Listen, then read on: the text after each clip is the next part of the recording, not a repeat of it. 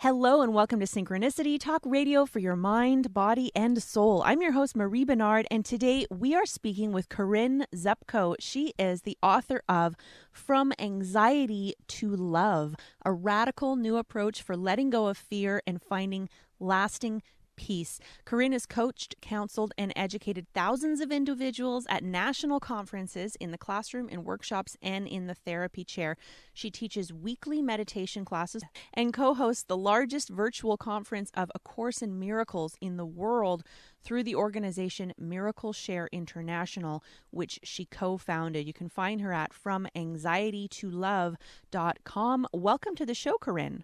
Thank you so much, Marie, for having me. Thanks for being with us. So I have to confess, this was sitting on my nightstand beside my bed for a while, and I woke up. I knew the interview was coming, so I knew I was going to read it anyway, but I woke up at 4 a.m. the other night with really bad anxiety, couldn't get back to sleep. And I looked over and just happened to see the book. And I was like, maybe now is a good time to start reading the book. And you actually have had your own challenges with anxiety. So maybe you can share with us how you decided to write this book and a little bit about your story. I sure have. And I so relate to that feeling that you described of just waking up in the middle of the night or even early morning and just having a high degree of anxiety. Sometimes it's not even attached to anything specific. That was my life for most of my life, for probably, I'd say about 3 decades. And my story is that really I feel like I was born anxious. I was very prone to anxiety from birth. A couple of early childhood experiences happened that sort of amplified that. And I had an anxiety disorder diagnosis when I was 2. It sort of blew up when I was in college, when I started having uncontrollable panic attacks. And I'd be so afraid that they'd keep happening. So I developed panic disorder and generalized anxiety disorder. And it's so funny because as I've talked about this publicly now, I can't tell you how many people I know from high school, from college, have come out and said, Corinne, me too. And they were just really good at hiding it like I was. I have a very convincing smile. It can look, on the outside like everything's fine, but I was really good at hiding the pain that I was feeling inside. And so when I was in college, this is back in the 90s, and broke down with the panic attacks that one night, 3 a.m. in the morning was when I got like a punch in the stomach of stress hormones. And I remember climbing down my bunk bed, shaking at my knees because my whole body was just trembling, trying not to wake up my roommate who was asleep below me. And I grabbed our phone. We didn't have cell phones then. I grabbed our room phone and pulled it into the bathroom. And 3 o'clock in the morning, magically, my mom heard the phone ring and answered it. And she talked me through it. We figured it was probably a panic attack. And she introduced me to a spiritual pathway called A Course in Miracles, which is a book. And I can say a little bit more about that later. But up until this point, I was pretty closed off to exploring anything that was deeply spiritual. She'd try to talk to me about it, and I'd say, like, I'm not interested. Leave me alone. Don't talk to me about this stuff. Talk to me in English. And it wasn't until I was really, really desperate that I was willing to try anything. And so over the years, my anxiety issues just didn't disappear overnight, but they did start to get better. And after, I call it my adult age episode of like a really bad anxiety episode, this was in 2009 when I was in a job that I didn't want to be in anymore. I felt stuck.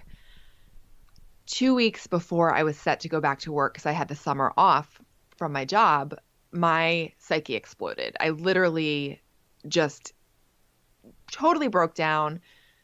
It was anxiety that was so bad, it felt worse than the first round of panic attacks when they first started when I was in college. And it was at that point in time when I realized that I could go much more deep into my spiritual practice. And that's when the anxiety really started to fall away and I really started to make some significant shifts. And I knew I had to write what was helping me. So that was 2010 when I started writing From Anxiety to Love. I started just writing about all the different principles of A Course in Miracles that were helpful to me. And I took 6 years to write this book. So it's been a long journey. And from I guess summer 2016 until now has just been the publication process, but I had to write it. It felt like a divine assignment. It really felt like there were no mistakes, that I went through this and found a way out, and I had to put down what was helping me on paper. So the result is now From Anxiety to Love. That's amazing, Corinne. And I really appreciate you sharing not only your story about anxiety, but the fact that it took you 6 years to write the book, because I know I'm just guessing, because I deal with anxiety, that I think that anxiety type personality tends to be that more perfectionistic personality. And the idea of taking 6 years to write something sounds like, I'm just curious, how many times along the way did you see it as a failure for not being done yet? Oh, I'd be like, I want this done now. Like, this has to come out now. And it's funny because I actually entered a book writing contest. This is probably about 4 years ago now. Because at that time I was in one of those modes of like, this needs to, come out now, versus just the allowing process of just allowing things to happen in their own time. I entered this book contest completely lost, no acknowledgement, not even an honorable mention. And there were tons of prizes given out.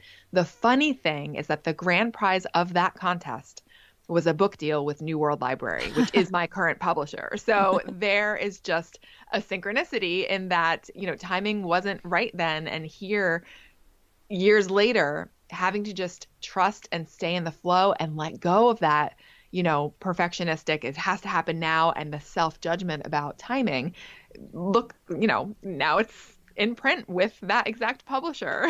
So pretty funny, right? That is amazing. Yeah, and I wonder if you felt any kind of indication towards whoever judged that contest, like, wow, Well, of course, it's funny. Every no and every rejection is always like, I won't say crushing, but deflating, because it's you want to hear it, yeah. So you want other people to feel as excited about it as you are. And so I definitely felt discouraged at that time. I don't think I wrote for a little bit. I think I took a break after that contest, but the desire, the need, again, it wasn't like I did this because I wanted to be an author. It more so came from this place of, I have to do this. And so coming back into that energy is what really just carried me the rest of the way. Beautiful. Thank you. We're speaking with Corinne Zupko. She is the author of From Anxiety to Love, a radical new approach for letting go of fear and finding lasting peace.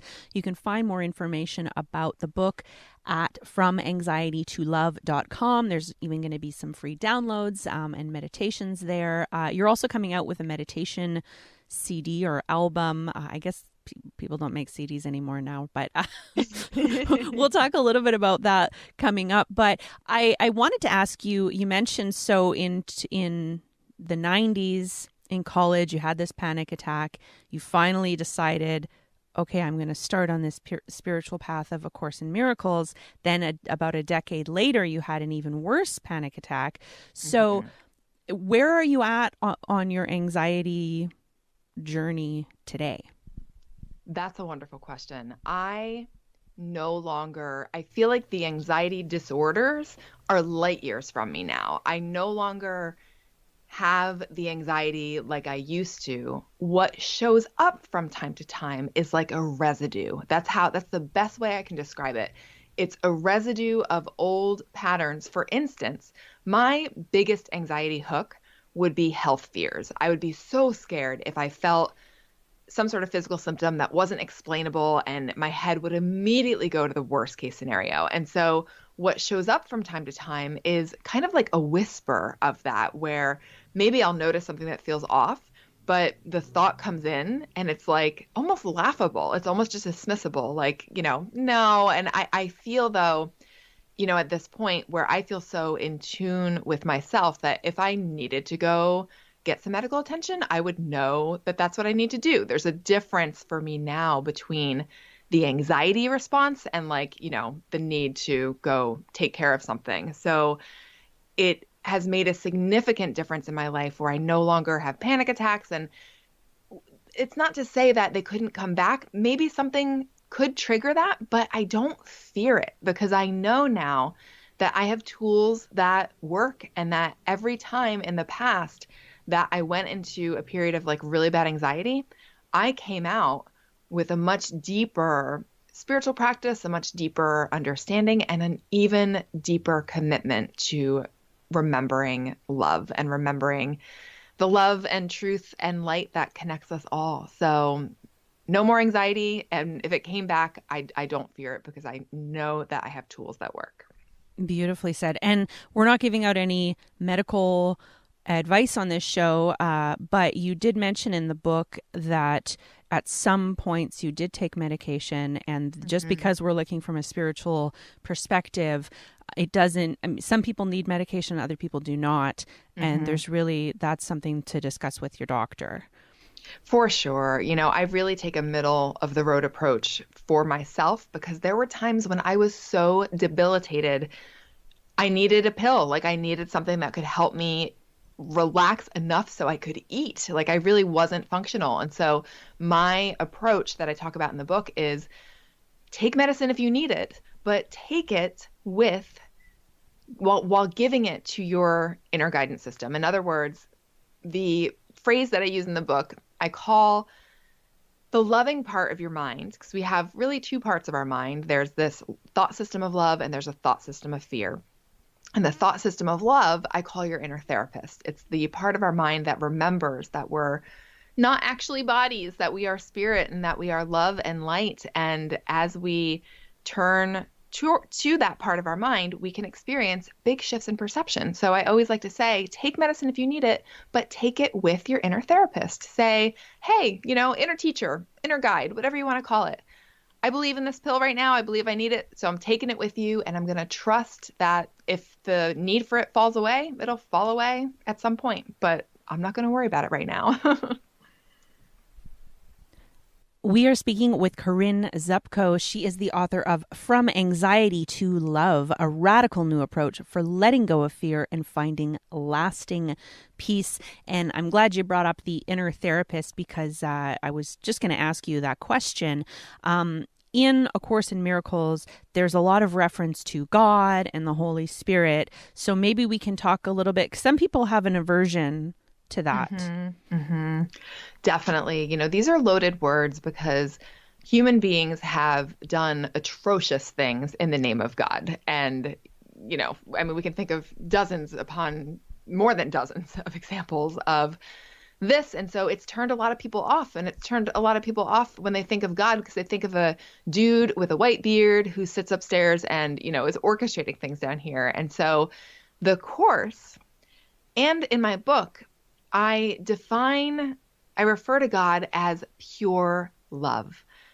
Love that is wholly incapable of judgment, love that is wholly incapable of fear or punishment or anything like that. And how important it is, both from a Course in Miracles standpoint and from what I'm writing about in my book, that we look at and release these beliefs that tell us that, God is a scary, scary thing. So I really like to think of those words as love with a capital L. And so I think that sort of substitution can help a lot of people who have aversions to those words to kind of get the meaning behind the words, because that really is what we're going for. We get so caught up in semantics, that my pathway is the right pathway. And it's these words that I'm using, this is the right way. Whereas I really truly believe we all have to find a pathway that works for us. And there's not a one size fits all type of approach. So being open to substituting words and going to the meaning, behind the words is really going to help us on the journey. Thanks, Corinne. So in A Course in Miracles, it's referred to as God and the Holy Spirit. You use inner therapist, but it sounds like you're also saying we can use whatever term works for us. Inner spirit, Definitely. Inner guide, inner Absolutely. knowing. Yeah. Absolutely. I think that is really important to make it personal and meaningful to you, that if you don't like one terminology, one type of terminology or one word, substitute another. So you mentioned that in the 90s when you were in college, you started on this A Course in Miracles path, and then the anxiety came up even stronger. So what was the difference? You mentioned that you went deeper. So where were you at when you first started in college, and then what shifted for you? Great question. So there was a big difference here that I didn't see for many, many years. And in college, when I started studying the course, I definitely got comfort from it. And some of the anxiety definitely got better. But fear is like a leaky pipe. So if you think about an old rusty pipe, it springs a leak in one place, you plug that hole, and what does it do? In the weakest part, elsewhere in the pipe, it just springs another leak. And fear is like that. Fear, if we're not getting to the root, it's going to keep springing leaks in different places. So for instance, when I first started studying the course, my overall anxiety level slowly started to diminish. Let's say I was no longer afraid of getting needles, but now I couldn't get on planes or I couldn't travel to an unfamiliar location. The fear sort of would shift and, change forms. And so at that point, what I was doing was that I'd go to the course, I'd read something, it would make me feel better, it would make me feel a little bit more peaceful. Then I'd put the book down and go back to doing whatever I was doing. There was although the shift within me started, there wasn't a fundamental shift in my identity. So this is where we're going to get nice and deep. Mm-hmm. The course and my book is really about a shift in identity from our small s self to our capital S self. The small s self is really what we all identify with here in this world. I believe I'm Corinne. The capital S self is an identity, an awareness of who we are in truth, which is not a body, which is pure eternal love. So when I was initially using the course, I wasn't necessarily I wasn't in this process of transferring my identity from the small s self to the capital S self. And I was using the course as a Band-Aid. I just feel better. And then I'd go back to what I was doing. In 2009, I sort of realized this because it was like, it surprised me. Like, how can I be having anxiety this bad when I have all this, these spiritual tools under my belt? And I realized that what I needed to do at that point was to start looking at the anxiety and what was coming up. I needed to start looking at it with my inner therapist. I had to start turning toward it to be willing to see it differently and to examine kind of where it was coming from. So at this point, in doing that and turning to that anxiety and saying, hey, inner therapist, I don't know why I'm feeling this way. I don't like it, but I'm willing to look at it with you. What would happen is that I would experience some kind of shift that would start to build my trust that in fact we all are that capital S self, and that the small self of Corinne, quote unquote, is not really who I am. And so, as I like to say in the book, anxiety falls away as we begin to remember our true self, as we begin this process of really shifting our identity from our small self to our capital S self. That's where anxiety just can't exist. It has to fall away. And I do want to mention that this is not an intellectual feat. There's a teaching in A Course in Miracles of I am not a body. And I had a friend once who was going for surgery, I think on her foot. And she was like, Corinne, I keep saying I'm not a body, but it's not working. Like, I'm still in pain and I still have to go to surgery and it still hurts. And it's not an intellectual feat, but this is an experience that we start to have over time as we look at our fears with our inner teacher, with our inner therapist, and have experiences that build our trust in that capital S self. So the teaching of I am not a body starts to naturally become alive versus it just being like, thinking happy thoughts type of thing. So I know I kind of threw a lot out there. Does that all make sense? It does. Well, I mean, I've read the book cover to cover, so I have hopefully listeners are understanding that. But I can imagine that there might be a listener who picks up your book and sees your picture and says, well, Corinne is a young Caucasian woman living in America with a pretty okay life. So let's say war were to break out or there was some kind of devastating diagnosis. I mean, you're not just going to magically be like, well, I'm love and light, right? What might be the process that you would have to go through to be able to get over that initial shock of my life's falling apart? I love this question. So the first thing that we need to do when things, are really kicking up, when things are getting really painful and intense, is to feel our feelings. This is not a course in bypassing or in pretending. It is about feeling our feelings, feeling the pain, feeling the grief, feeling the anger, feeling the sadness, but not stopping there. So we feel it. And again, it's this process of saying, I am feeling this way. This is happening. Help me see this differently. Because the small s self, or the ego thought system, as the Course calls it. So ego is this idea of a small s self. That thought system is in place to keep us utterly convinced that we are separate selves, that we are bodies. And so if we can be willing, no matter what is happening, whether it's a war or an illness or a conflict or, lack and scarcity, whatever it is, we have the opportunity to repurpose it, to say, this is a really convincing witness that this is all, that we're all screwed, that we're all doomed. And I want to see it differently. I don't want to see it that way. I want to see the love that's there instead. I want to see the truth. I want to learn about the capital S self.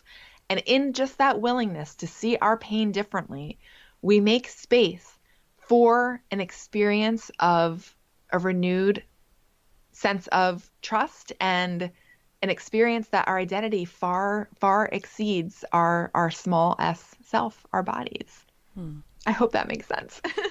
It does. And Corinne, so it sounds like now the person who's going through this challenge, the ultimate fear is we're going to be alone and we're going to die. That's the fear, right? Mm-hmm. So we're all going to die at some point. So if something breaks out, a war or an illness or whatever, it doesn't mean that the person practicing and talking with the inner therapist isn't going to die. Mm-hmm.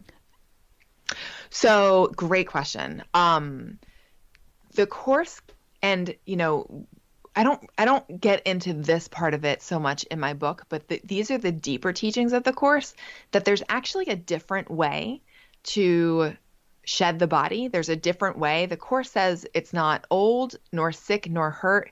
Its usefulness, it's merely laid down, because its usefulness is over. That's a paraphrase. I don't have the exact quote. It's like getting a new iPhone. You have to upgrade. Yeah. Right. I love that.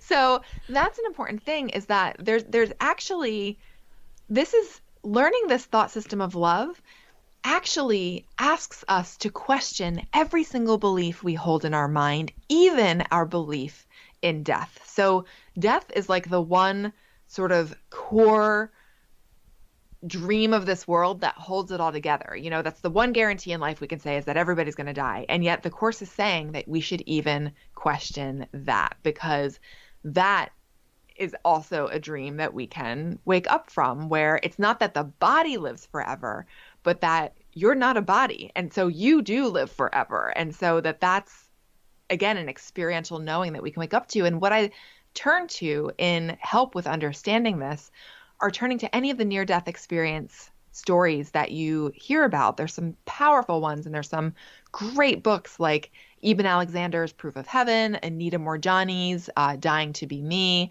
There's just wonderful, wonderful books that talk about this experience of a person, being out of their body and having this experience that is really, they come back with an awareness and with, experiences that are unexplainable here. And of course, from a skeptic's standpoint, that's just your brain misfiring. But the more I read about this, just the more I become convinced that there really is something else, and that, death isn't what it seems. One of the best examples, I have a really great example.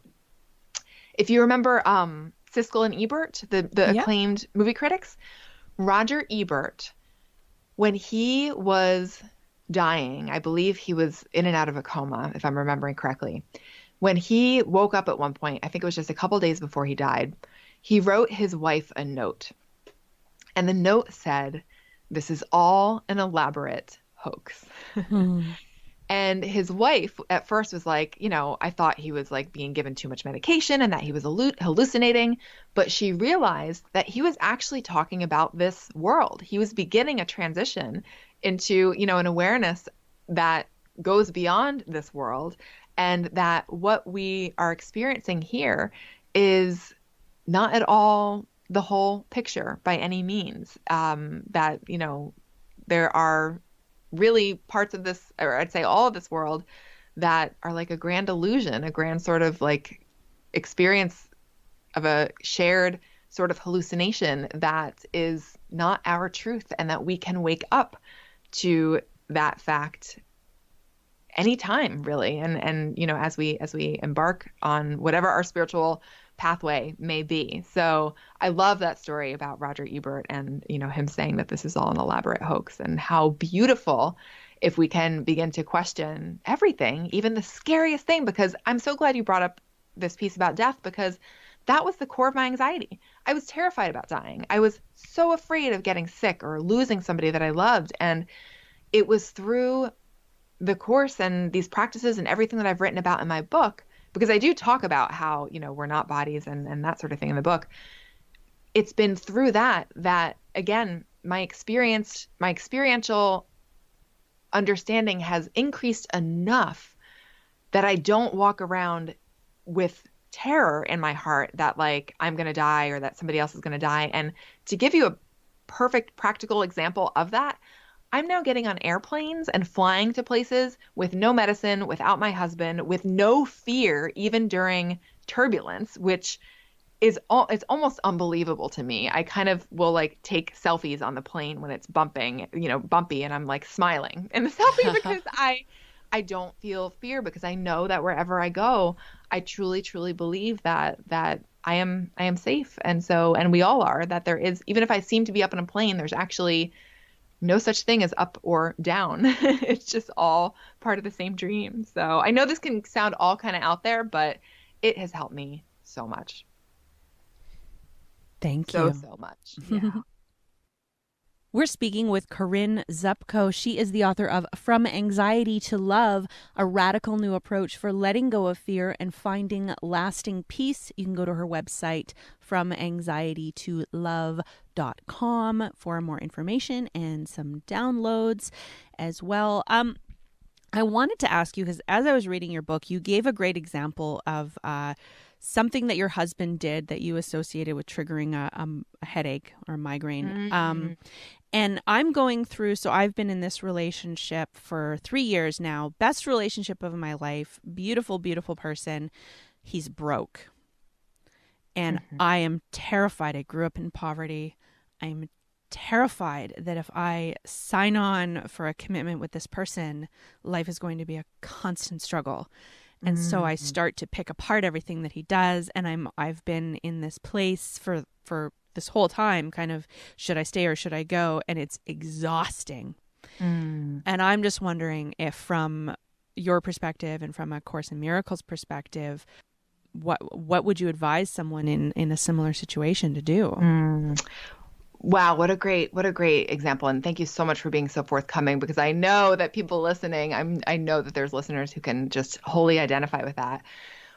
I'll quickly share the example that you referenced in the book about the candle, and then go into, answering your question. And the experience in the book about the candle was that I recognized, so my husband lit a citronella candle.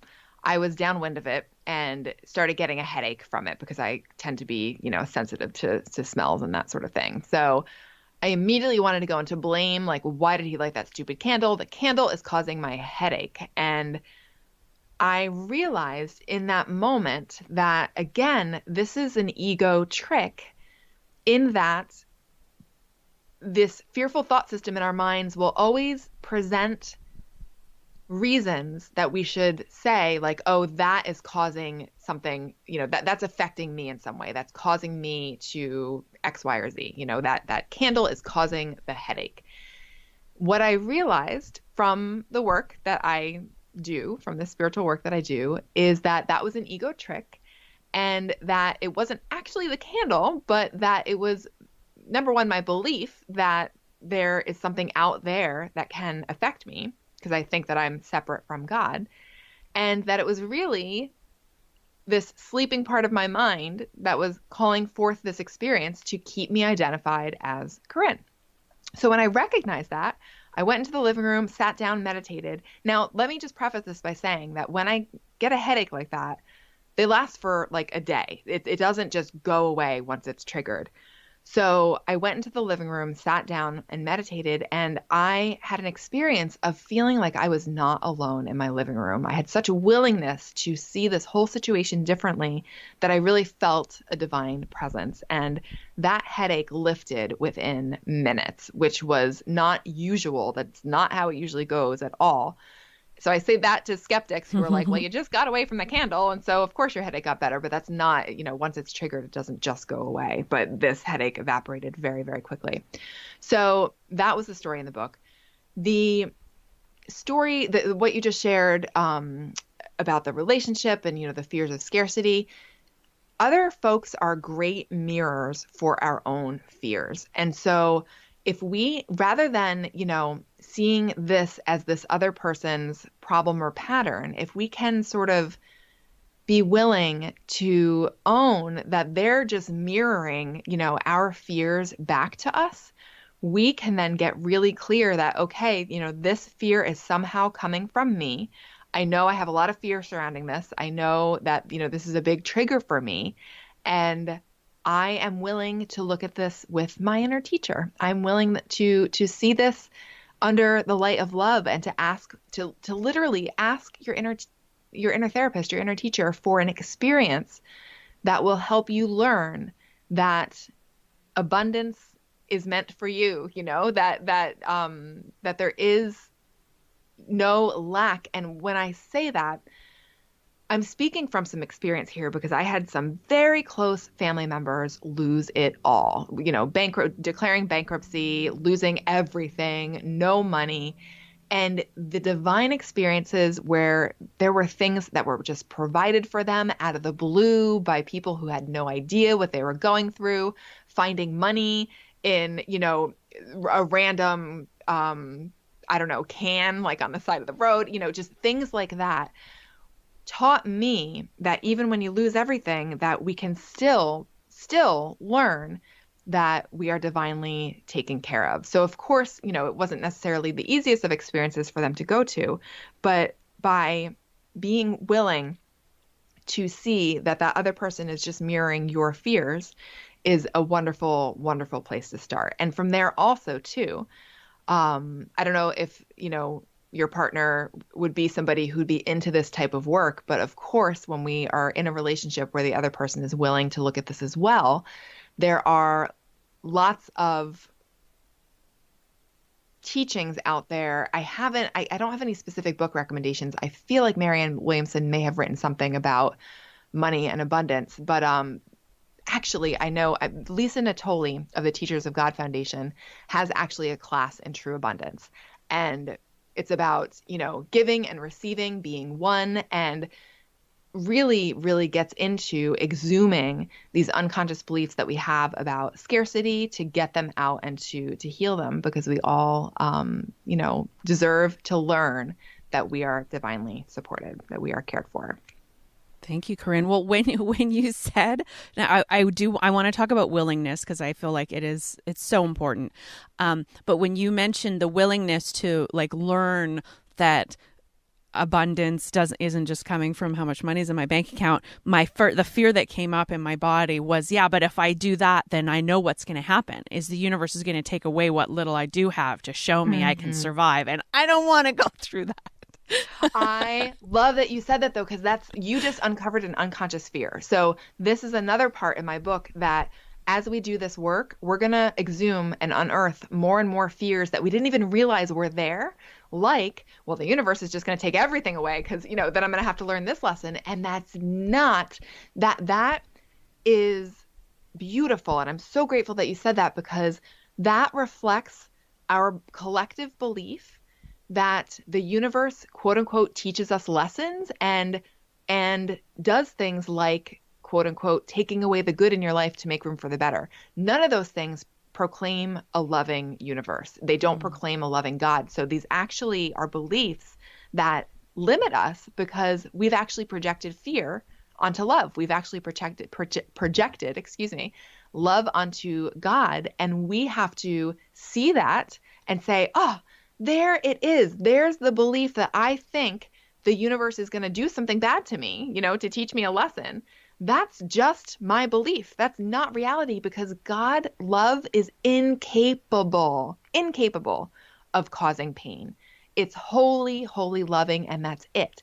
And so the more we can release, acknowledge and exhume those unconscious beliefs that we're carrying, the clearer and clearer and clearer we're going to get in getting back to love and living from that place of true divine light and joy. So what you brought up is awesome and critical that we all be, willing to uncover those unconscious beliefs. Okay. Yeah. But they're there, and they feel so real. And I know I'm not the only one. So no, not at all. Not at all. And that's where, in the book, I talk about the fact that we do have an unconscious fear of God, of love, because of the, popular phrases that we'll use that actually mask the fact that we are afraid of love. So for instance, I mentioned these already, but God, have you ever heard people say, God takes the good away in your life to make room for the better?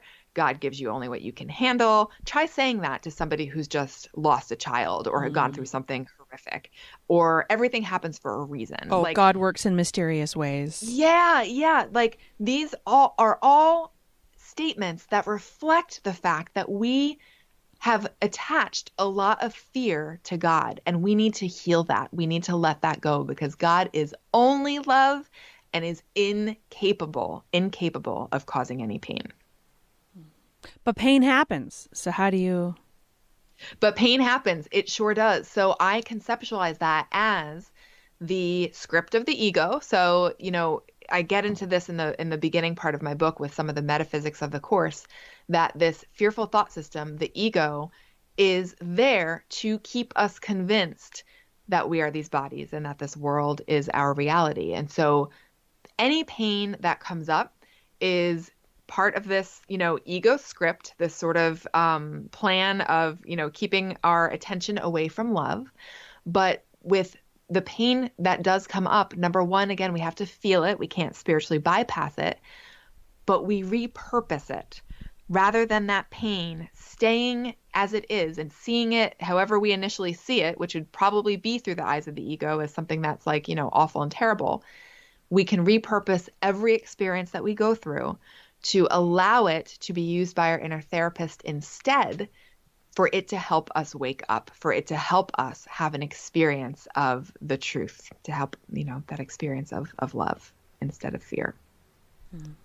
I feel like I'm going to have to listen back to this interview, because there's lots of little nuggets of goodness. Yeah. And I'll post clips on YouTube, youtube.com/spiritual show. We are speaking with Corinne Zupko. She is the author of From Anxiety to Love, a radical new approach for letting go of fear and finding lasting peace. Now, we've kind of been talking a little bit about willingness already, but I'm wondering if there's anything else that you want to say about willingness, because you also mention in the book, if we're not willing, are we willing to be willing? Yeah, that's a little trick question. So if you think about a conflict that you're currently having, let's say it's a conflict of, with someone at work or with a partner or a spouse, and ask yourself, are you willing to see that situation differently? If you are honest, if you are radically honest, sometimes you might be like, heck no, they're wrong. My way is right. And I don't want to see this differently. Willingness is important because it creates a mental white space in our minds for a new perception to come to us. Willingness is the precursor for change. Willingness is the precursor for miracles. So if we're not willing, we're blocking love. It's not going to get through simply because we're not allowing it. But we have to be honest when we're not willing. So there might be a situation where we're like, heck no, I don't want to see it differently. I'm right and they're wrong. And good for you for recognizing that. What you can do when you recognize that you're not willing is then ask yourself, am I willing to be willing? And there you might be like, well, I'm not willing, but yeah, I'm willing to be willing. And so there, then you found your willingness. You can say, oh, there's my willingness.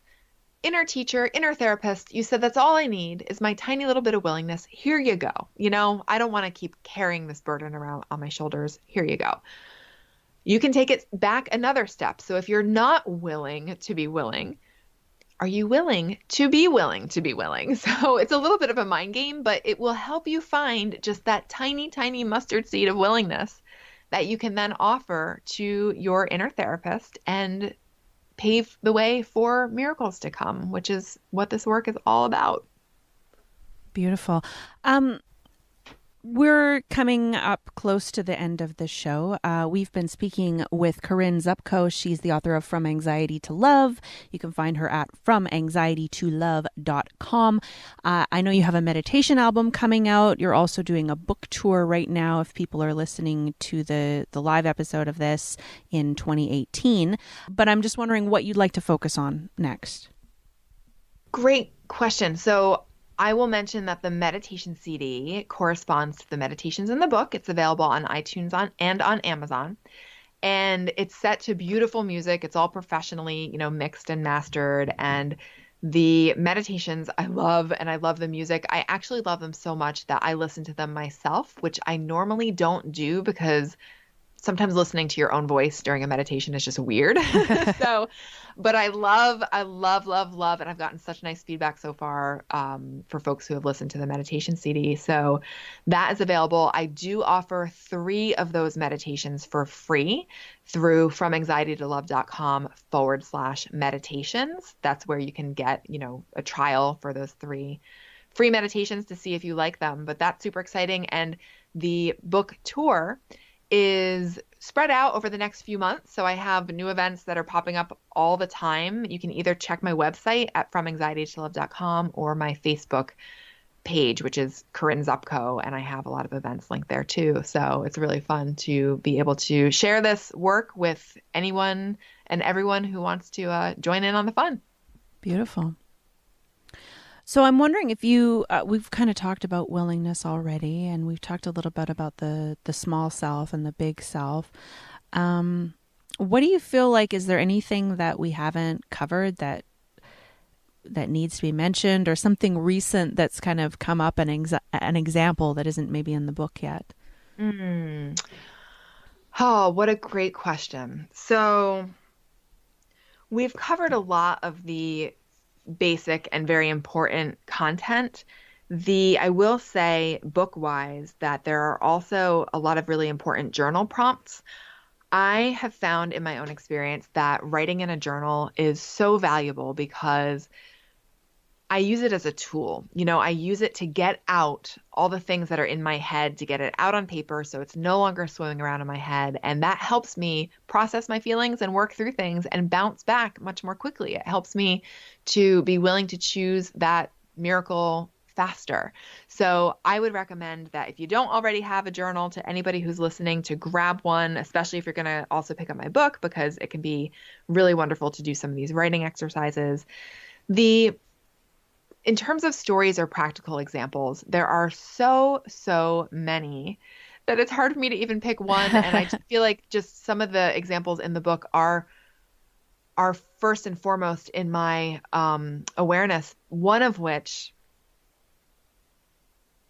is an experience that I had with someone who was behaving in a way, actually it had to do with finances, and the finances that this person the situation that they were going through wasn't pretty. It was a really tough situation that they were going through, and I didn't feel like they were managing their finances in the best possible way.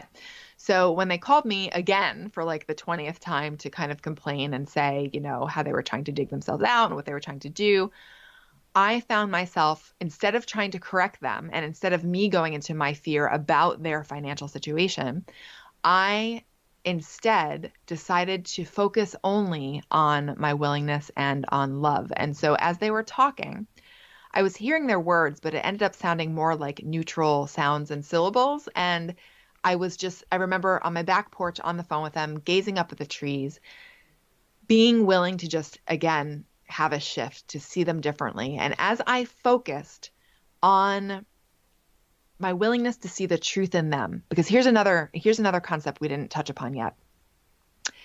Only the capital S self in me can join with a capital S self in another person.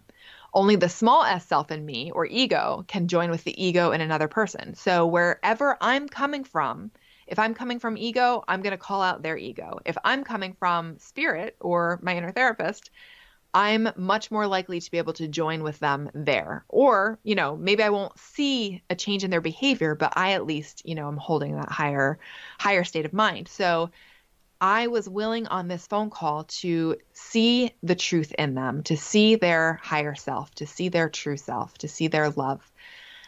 And as I did that, and as I just fixed my attention on that intention, out of the blue, they started talking about how they realized that they have an ego. They were like, oh my gosh, I never realized that I actually have an ego, that I actually, get a thrill out of these different business transactions and business things that aren't working right now, but used to work.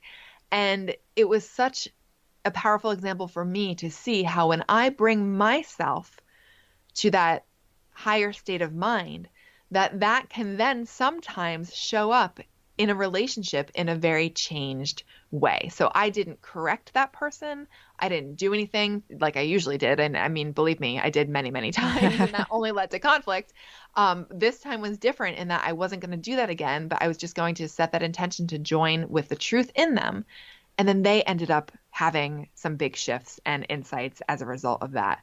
So that is the very interpersonal nature of this work, where working miracles isn't just about us having peace and us having, an awareness of love. It's about literally waking up with our brothers and sisters, having this experience where, because of a choice that we make in our mind, they might have a different experience in their lives. And we're not always going to see evidence of that, of course, but that's where, again, trust comes in, that we're doing the best work that we possibly can, and trust that it's all for the highest good.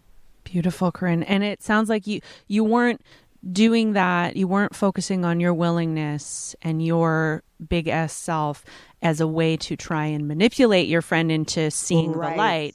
You were just holding that space of, right now, I'm going to focus on my inner being and connect with my friend's inner being. Exactly. The moment we try to manipulate, you better believe the ego is in. And instead, having no expectation except to accept healing in my own mind, to have my perception be healed, that's when things shifted. That's when they shifted. So I'm glad you brought up that distinction, because that's super, super important. As soon as that manipulation gets in there, ego's in charge again. And it's bringing it back to what you mentioned earlier, how the things in our external life, the people in our external life, mirror what's going on. So there were probably things going on in your ego around finances, and holding that space healed it. Wanting to control them, worrying about them, being afraid that they're not going to be okay, and how is that going to impact me? So for sure, yes. Mm-hmm. And how's that going to make you look if your friends are falling apart? And right, or a family member. Yeah, how's that going to make me look if a family member is falling apart? Definitely. Yeah, so many layers of stuff to uncover.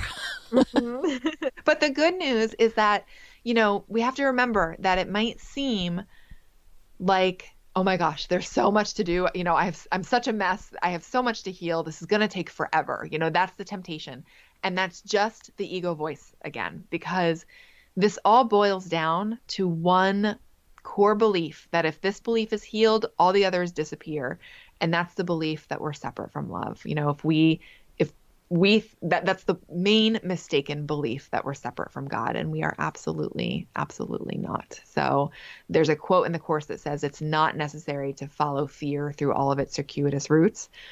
We just have to, be willing to learn who we really are, and the rest just falls away. Beautifully said. Thank you so much, Corinne. We have been speaking with Corinne Zupko. She is the author of From Anxiety to Love, a radical new approach for letting go of fear and finding lasting peace. Go to the website FromAnxietyToLove.com, and FromAnxietyToLove.com/meditations is where you can find those free downloadable meditations. Thank you so much for taking the 6 years to write this book, for facing the things that you didn't want to face so that we could learn how to face the things that we don't want to face as well. Thank you so much, Corinne, for being with us. Thank you, Marie, and thank you for being willing to go deep in this conversation. It was really awesome. Beautiful. And thank you for being with us. I hope that this has served you well. I want to send you so much love. Be well. Namaste.